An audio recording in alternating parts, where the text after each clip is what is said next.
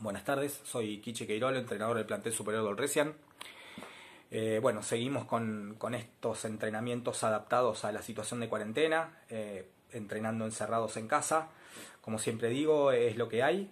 Podemos siempre mejorar algunas destrezas y las podemos entrenar en casa, en espacios reducidos, una habitación, un dormitorio. Basta que seamos 2 personas, una pelota, cualquier pelota sea. Bueno, y obviamente tratando de llegar lo mejor preparados a cuando todo vuelva a la normalidad, hablando de rugby.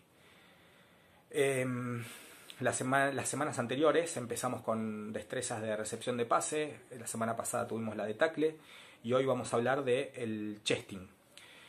Dentro de lo que nosotros llamamos el juego en el piso, que se compone de un jugador portador de pelota que va al piso por un tackle, es decir, un tacleado, un tacleador, un apoyo de recuperación y un apoyo de conservación. Eso es lo que nosotros llamamos o denominamos como juego en el piso.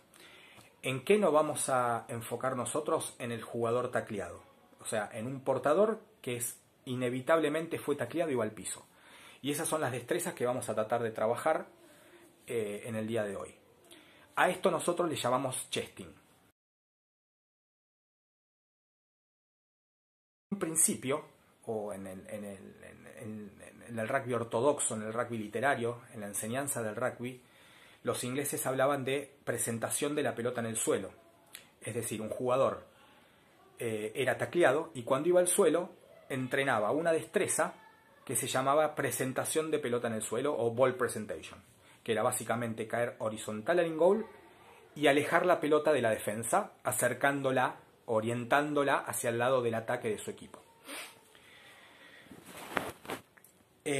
A mediados de los 90, finales de los 90 diría, Australia empieza a entrenar a su open side flanker con la fisonomía de jugadores, con el centro de gravedad bajo, muy fuertes y muy agresivos para las zonas de contacto y entrar en los racks, y empezó a entrenarlos en una destreza específica que hoy conocemos como el pescador, que era adoptar una posición bien baja, estable sobre sus apoyos, sus pies, y estirándose a robar la pelota en situaciones de tacleado-tacleador, y que en realidad empezó a ridiculizar o a rendir obsoleta la destreza ortodoxa de la presentación de pelota en el suelo.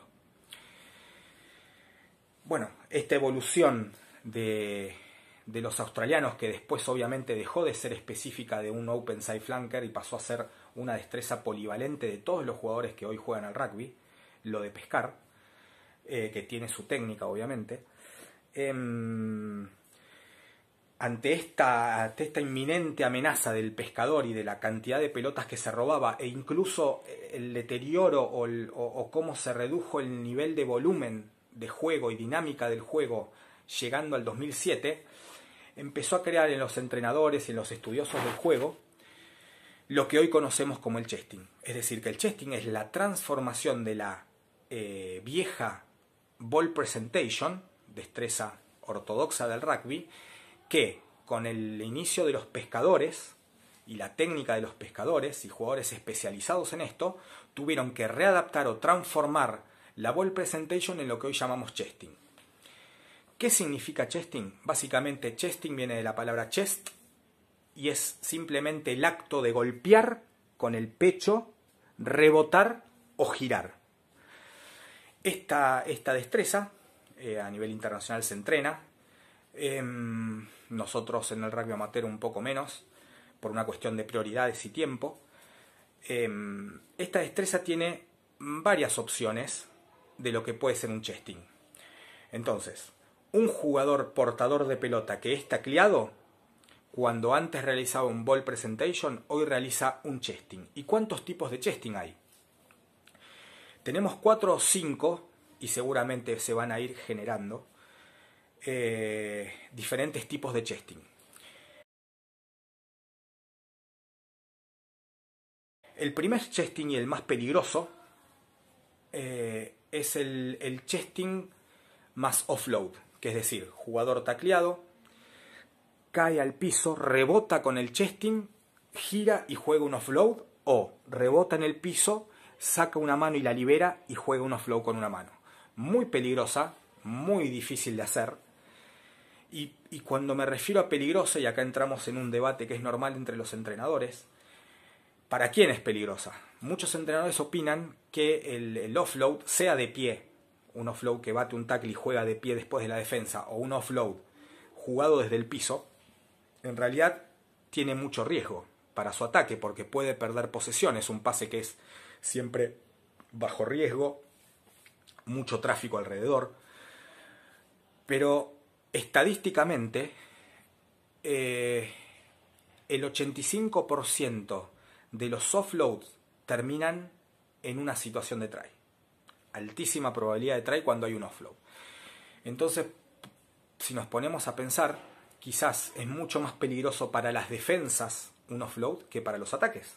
Porque si 8,5 de 10 que se realiza un offload del suelo o de pie terminan en situación de try, es mucho más peligroso para las defensas que para el ataque.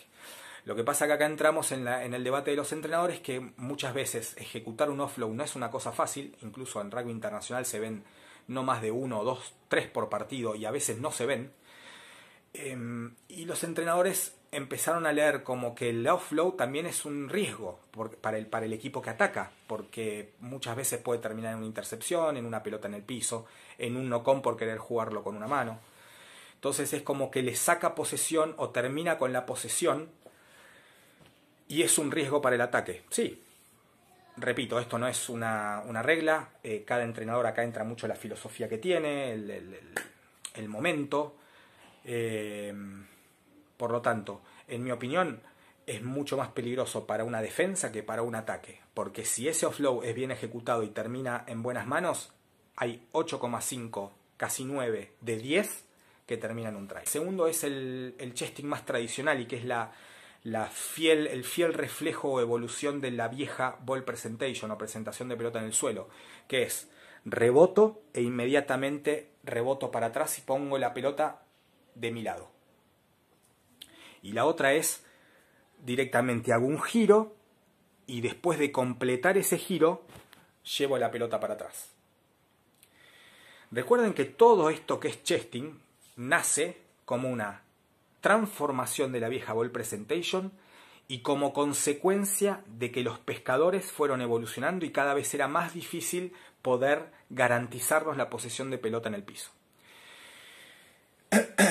Cuando hablamos del rebote y presentación, o giro y presentación, el segundo tipo o variante de chesting, ya no entramos en lo peligroso como era el chesting offload, sino que hablamos más del chesting más conservador, el que me garantiza posesiones, el que menos riesgo tiene de que yo pierda la posesión de la pelota, pero obviamente que garantiza posesión, pero no garantiza un peligro inminente para la defensa, ¿no? Y después entramos en lo que vuelve a ser una readaptación o una evolución de los pescadores. Como resumiendo, para poder entrar en estas últimas dos variantes de chesting, vimos que originalmente la destreza era presentación de pelota en el suelo cuando era tacleado. Empezaron a entrenar a jugadores específicos en la destreza de pescar, y esa destreza de ball presentation se transformó en chesting, porque nos pescaban todas. Pero ¿qué pasó? Esto hizo que el rugby se vuelva menos dinámico, que sea más cortado, que haya mucho más turnovers, que se vuelva menos vistoso para el público, y que esto llegó a su pico o a su cúspide en el Mundial del 2007, donde los equipos defensivos y con buenas destrezas de pescada tenían las de ganar, o se llevaban un alto porcentaje de ganar, más que aquellos equipos que proponían un rugby dinámico de más fases como se venía haciendo hasta ese entonces. Entonces, reglamentariamente, la IRB, en aquel entonces, hoy la World Rugby, empezó a discutir algunas reglas para limitar al pescador, que había tomado una importancia tremenda. Maneras de limitar al pescador maneras de limitar al pescador que encima se había adaptado y había evolucionado a lo que había sido el chesting. El pescador empezó con la presentación de pelota, ridiculizó la ball presentation. Se inventó el chesting Y de a poquito el pescador se fue también adaptando al chesting. O sea que hoy vemos pescadores que realmente pescan incluso en situaciones de chesting. Porque obviamente que el chesting lo que produce es que cuando un jugador pescador quiere meterse a pescar, pero ese jugador portador en el suelo con un chesting se me mueve, me rebota y nunca está fijo, a mí me dificulta mis apoyos de poder clavarme. Por lo tanto me da un segundo más a la limpieza para poder limpiar a ese pescador. Entonces la IRB empezó a discutir algunas reglas porque llegó un momento que trababa mucho el juego. Obviamente que este proceso llevó al squeeze, a otras destrezas, pero básicamente el pescador se fue adaptando incluso al chesting, que es lo que vemos hoy. Entonces se crearon dos destrezas más, que son las que vamos a ver, que serían la 3 y la 4, que se llama el chesting, rolar o gatear, más el flip. ¿Cuáles fueron estas leyes que la IRB o la World Rugby impuso? Que un tacleador, inmediatamente cuando conectaba un tackle, tenía que soltar al tacleado e incluso liberar la zona de tackle. Realizar el giro para pescar, inclusive realizar un gesto de dejar para poder volver a meterse.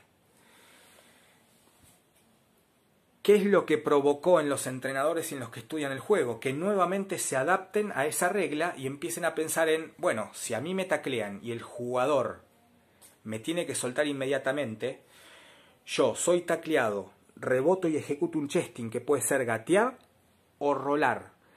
El tacleador me suelta y yo inmediatamente suelto la pelota dejándola a mi costado o atrás, me levanto rápido y sigo, es una muy buena variante que serían la variante 3 y 4 de chesting. Chesting, gatear o rolar, más flip. Flip, que es dejarla, levantarse rápido y seguir.